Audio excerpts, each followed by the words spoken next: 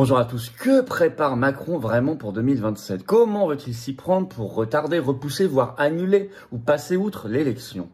Comment la presse essaie de vendre ça? Comment elle lance des ballons d'essai dans l'opinion publique? Lesquels? Selon quel scénario? On parle de la Roumanie, de Zelensky, on va en parler.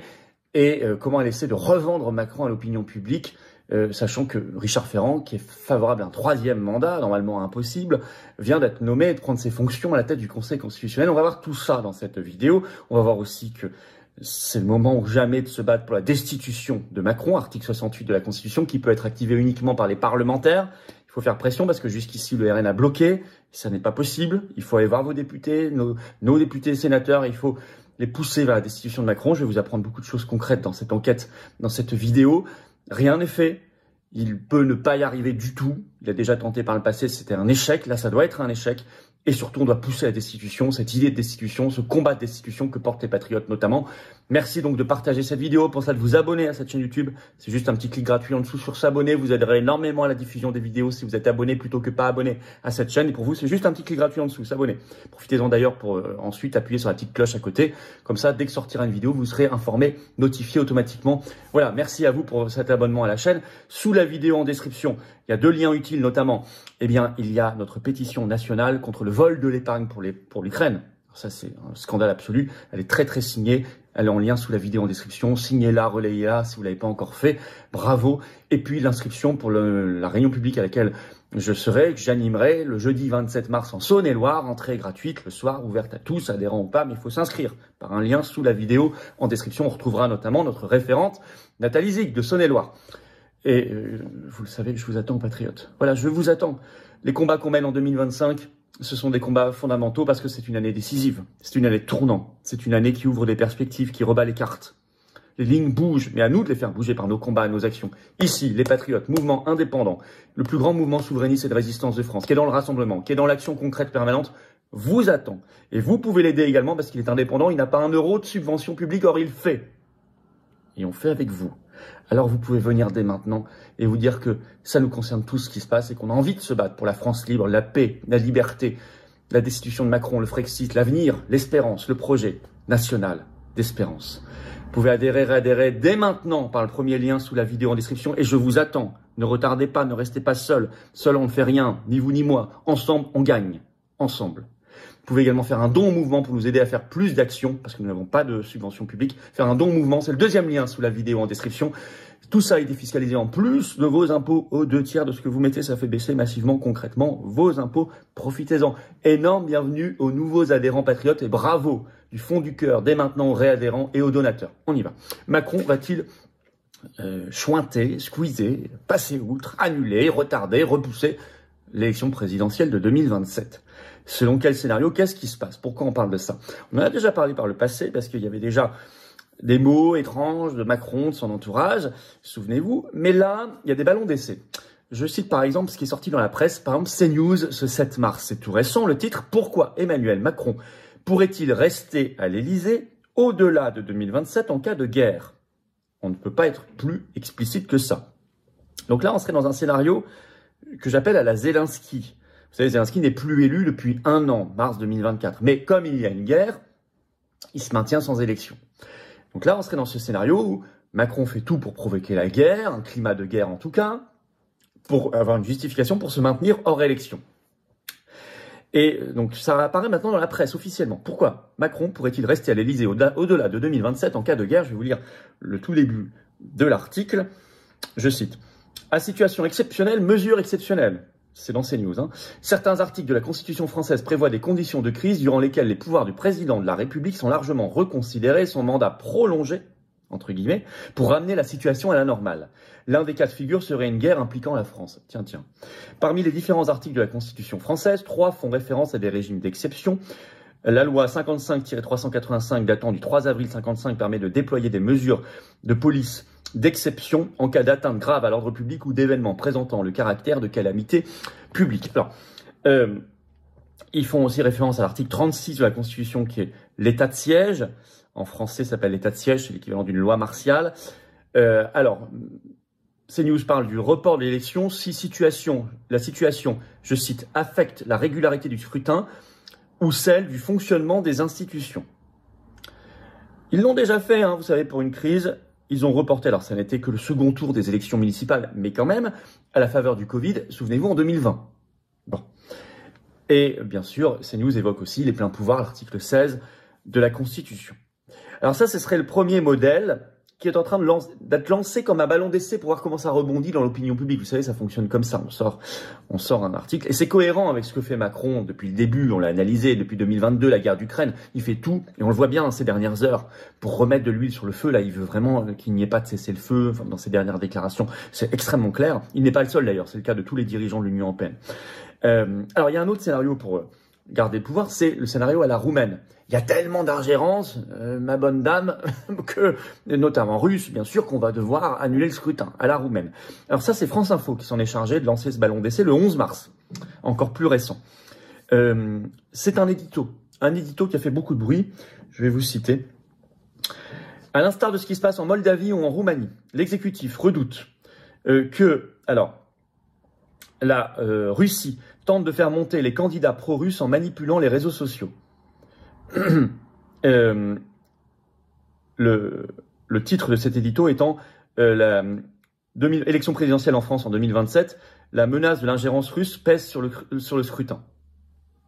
Donc, à l'instar de ce qui se passe en Moldavie et en Roumanie, l'exécutif redoute que la Russie tente de faire monter les candidats pro-russes en manipulant les réseaux sociaux. Je cite toujours France Info. Au-delà de la menace russe sur le plan militaire, il en est une autre qui inquiète tout particulièrement l'exécutif, la menace numérique avec le risque d'ingérence de Moscou dans les prochains scrutins, à commencer par la présidentielle de 2027. Le détournement des réseaux sociaux à des fins électorales figure parmi les premières préoccupations de l'Élysée. Et vous le savez, ces dernières semaines, Macron a beaucoup cité la Roumanie en disant à chaque fois que c'était une annulation tout à fait légitime au nom de l'état de droit parce qu'il y avait ingérence russe sans aucune preuve. Et par ailleurs, le 10 mars, il a reçu la présidente moldave Maia Sandu qui fait face, selon Emmanuel Macron, aux tentatives russes de plus en plus désinhibées de déstabilisation. Donc il se trouve des exemples pour justifier sa position en France. L'édito de France Info cite des outils, notamment le règlement européen DSA, qui permet donc de censurer les réseaux sociaux. On peut citer également le bouclier démocratique européen, le BDE, on en a beaucoup parlé. Je vous rappelle cette phrase de Thierry Breton sur RMC en janvier 2025, je cite « On l'a fait en Roumanie, on le fera évidemment en Allemagne si nécessaire ». Il faisait allusion aux élections législatives allemandes de fin février. Ça n'a pas été nécessaire parce que l'AfD a fait 21%, ça aurait été nécessaire si l'AfD avait fait 26 ou 27%. Bon. Si c'est possible pour l'Allemagne, c'est tout à fait possible pour la France, on l'imagine bien. Donc là, c'est le deuxième scénario à la roumaine. Donc il y a deux scénarios qui se mettent en place dans des ballons d'essai dans la presse, à la Zelensky, à la roumaine. Et en même temps, il bénéficie, Macron, d'une espèce de relooking médiatique, parce qu'il faut quand même le vendre à l'opinion publique. Si jamais il faut quand même qu'il soit élu, il faut bien qu'il ait des voix. Donc ça, c'est assez impressionnant. Faites l'exemple vous-même, tapez Macron sur Google Actualité en ce moment, et regardez par exemple la dernière semaine ou les dernières 24 heures. Et vous verrez 90% d'articles dithyrambiques. J'en cite quelques-uns. Le Figaro, 13 mars, le titre « Avec la crise internationale, Emmanuel Macron reprend la main sur le gouvernement ». Radio France, 13 mars, le titre « La renaissance d'Emmanuel Macron ». Rien que ça. Dithyrambique, je vous cite un extrait. Ce qui se passe aujourd'hui valide ce qu'annonçait Emmanuel Macron en 2017, écrit Radio France. En premier lieu sur la scène internationale, Emmanuel Macron multiplie les déplacements et rencontres et son ardeur à défendre l'Europe est saluée dans toutes les capitales européennes. Je cite toujours, c'est dû en partie à son statut de plus ancien dirigeant européen après Viktor Orban.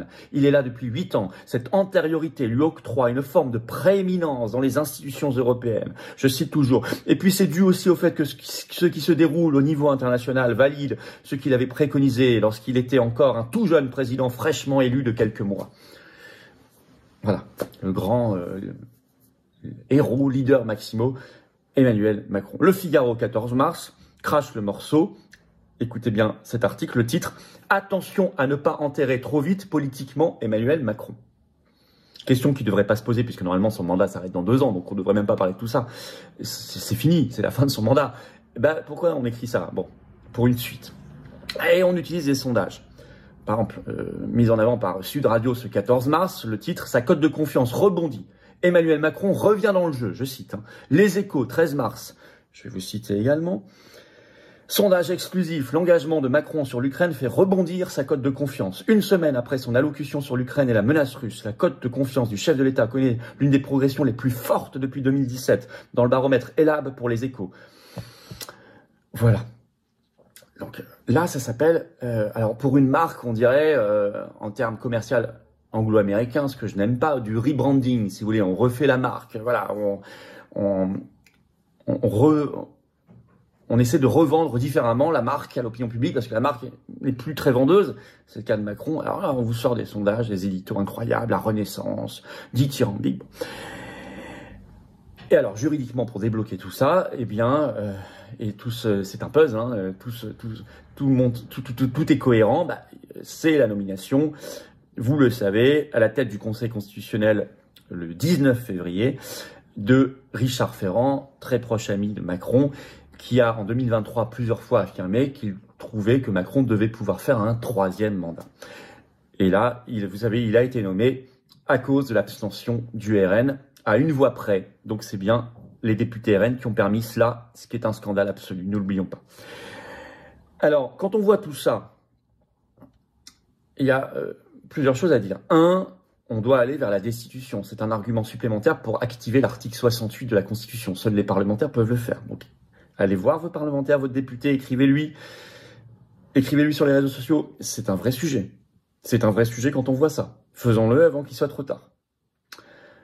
On comprend pourquoi Macron parle beaucoup des ingérences et fait tout pour que la guerre continue. Il y a 2 scénarios possibles pour lui, pour se maintenir, c'est ces 2-là. Par ailleurs, ça veut dire qu'on doit donc nous désenfumer sur ce qui se passe vraiment en Roumanie, en parler beaucoup, les pseudo-ingérences, et on doit désenfumer sur la guerre en montrant que Macron et l'Union européenne font tout pour que la guerre continue. Et donc on doit se battre avec une ardeur redoublée pour la paix. Parce que s'il y a la paix, Macron, son scénario est foutu. Raison supplémentaire de se battre pour la paix. Vous voyez, c'est que s'il y a la paix, c'est pour ça qu'il ne la veut pas, c'est fini. Macron pourra plus vendre cette histoire de situation exceptionnelle, état de siège, plein pouvoir, etc., puisqu'il n'y aura plus de guerre. Bon. Dans tous les cas, les patriotes prennent leurs responsabilités, les prendront demain, ne laisseront pas faire. Je pense que dans ce cas-là, on peut mettre facilement 1 million de Français dans la rue. 1 million, au bas mot, si ça se confirmait. 1 million, nous le ferons. Nous l'organiserons, comme on a toujours pris nos responsabilités. On n'en est pas encore là, parce que ça ne s'est pas concrétisé, Dieu merci. Mais justement, je fais cette vidéo pour que ça ne se concrétise pas. Un homme averti en vaut 2. Et c'est pareil pour une femme. Un homme ou une femme. Donc voilà, merci, partagez la vidéo partout. Pour cela, de vous abonner à cette chaîne YouTube par un petit clic gratuit sur s'abonner en dessous. Pensez-y, ça va aider justement à ce qu'elle se diffuse mieux. Et puis, notre pétition contre le vol de l'épargne pour l'Ukraine est en lien sous la vidéo en description. Signez-la, pensez-y, c'est important, elle démarre de manière explosive. Et l'inscription le 27 mars à la réunion publique en Saône-et-Loire sous la vidéo en description, entrée gratuite. Mais pensez à vous inscrire. Je vous attends, patriotes. Voilà. Vous avez envie de vous battre? Bah moi aussi. Et j'ai envie de le faire avec vous. Vous n'êtes peut-être pas encore adhérent? Venez maintenant dans le plus grand mouvement souverainiste et de résistance de France qui est dans l'action concrète. C'est les patriotes. Ils vous attendent. Cette carte orange d'adhérent, elle vous attend. C'est l'avenir. C'est le combat. Magnifique, pour des très belles valeurs. J'ai besoin de vous. Vous pouvez réadhérer, vérifier votre date d'adhésion, elle est peut-être expirée. Pensez à reprendre votre adhésion. C'est le même lien. Sinon, faites un don au mouvement si vous pouvez, parce que ça permet de financer nos actions. Nous sommes indépendants, nous n'avons pas 1 euro de subvention publique ni d'aide des banques. Voilà. On est à 100% adhésion, don, c'est tout. En plus, tout ça, c'est défiscalisé aux 2 tiers de vos impôts. Ça fait baisser vos impôts. Dès que vous mettez de l'argent dans l'adhésion, don, vous faites x 2 tiers et c'est ce qui est retranché de vos impôts. Profitez-en.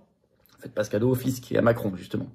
Alors, adhérez, comment on fait aux patriotes? C'est le premier lien sous la vidéo en description. Ce lien est également en commentaire épinglé, une petite fiche sur l'écran maintenant. Dans quelques secondes, un lien sur l'écran. Vous choisissez. Faire un don au mouvement, c'est facile. C'est le 2e lien sous la vidéo en description. Voilà. Les liens sont également tout le temps sur notre site, accessible sur les-patriotes.fr. Défiscalisation aux 2 tiers. Voilà. Profitez-en. Bienvenue aux nouveaux adhérents patriotes. Bravo aux réadhérents, aux donateurs. Et vive la France!